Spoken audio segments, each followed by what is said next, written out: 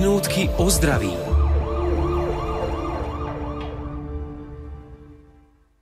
Viete, ako je to so záchrannou zdravotnou službou? Za aký čas musí prísť k privolanému pacientovi a v ktorých prípadoch využiť jej služby?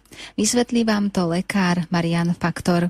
Milí poslucháči, naše zdravie je krehké a niekedy nevyspytateľné. Nikto nie je imúnny voči úrazom, alergickým reakciám, prudkým bolestiam či situáciám, ktoré môžu predstavovať hrozbu pre naše zdravie a život. Na takéto prípady slúži záchranná zdravotná služba. Aby sme ju vedeli využívať čo najlepšie, nazrieme dnes spolu za oponu a vysvetlíme si, ako to vlastne celé funguje. Čo sa stane, keď zavoláte na známe telefónne číslo 112 alebo 155? Na linke sa vám ozve zamestnanec Krajského operačného centra. Je potrebné čo najpresnejšie popísať vaše zdravotné problémy, aby vedel správne reagovať. Rozhodnúť o závažnosti zdravotného stavu niekoho na druhom konci linky je často veľmi náročné, preto potrebuje vašu 100% spoluprácu. Operátor na linke má v zásade 3 možnosti. V najzávažnejších prípadoch, ako napríklad infarkt alebo autohavária, k vám vyšle rýchlu lekárskú pomoc s lekárom, ktorý môže poskytnúť neodkladnú zdravotnú pomoc. K menej závažným prípadom operátor vyšle rýchlu zdravotnú pohotovosť, ktorej tým tvorí záchranár bez lekára. Záchranári by mali vyraziť do 2 minút od zavolania a na mieste by mali byť do 15 minút. Ich úlohou je ošetriť a stabilizovať pacienta na mieste a podľa potreby ho prepraviť do nemocnice. V ostatných prípadoch, ak si je operátor istý, že váš zdravotný stav nie je závažný, môže vám odporúčiť lekárskú službu prvej pomoci alebo vás odošle k lekárovi v rámci bežných ordinačných hodín. Ak posádka záchranky vyhodnotí, že je potrebné pacienta zobrať do nemocnice, dovezú ho na ústavnú pohotovostnú službu alebo na centrálny príjem.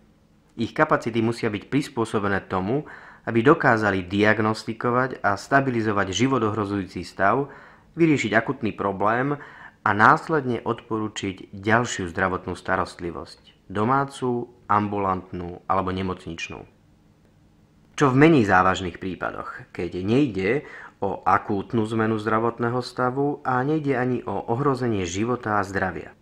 Ak je to po pracovnej dobe alebo cez víkend, môžete sa obrátiť na lekárskú službu prvej pomoci. Vo väčšine prípadov sídli v areáli alebo v blízkosti nemocnice. Službu konajúci lekár vás vyšetrí a rozhodne, čo ďalej. Či bude stačiť ambulantné ošetrenie na pohotovosti a následná kontrola u vášho lekára, prípadne na druhý deň, alebo vás pošle do nemocnice. Platí, že služby záchranky by sme mali využívať len v prípadoch náhlej zmeny, akutných bolestí alebo v prípadoch ohrozenia života a zdravia. Príliš často sa však stáva, že na záchranku sa obracajú aj pacienti s bežnými problémami, s niekoľko dní trvajúcimi bolestiami alebo so staršími úrazmi. Niekedy je to z nevedomostí alebo pohodlnosti, keď záchranku využijú ako taxík, alebo sa spoliehajú, že keď budú privezení záchrankou, nebudú musieť čakať. Inokedy je to z časových dôvodov, keď napríklad nechcú cez deň chýbať v práci a k lekárovi idú večer. Treba si však uvedomiť, že v takýchto prípadoch ide o zneužívanie záchrannej zdravotnej služby. Okrem plytvania s financiami to môže byť vážny problém v prípade skutočne akútnych pacientov. Preto by sme sa mali obracať na záchrannú zdravotnú službu alebo ústavnú pohotovostnú službu len v opodstatnených prípadoch. Lebo aj tu platí to, čo hovorí Pavol v liste Filipanom. Nech nik nehľadí iba na svoje vlastné záujmy, ale aj na záujmy iných.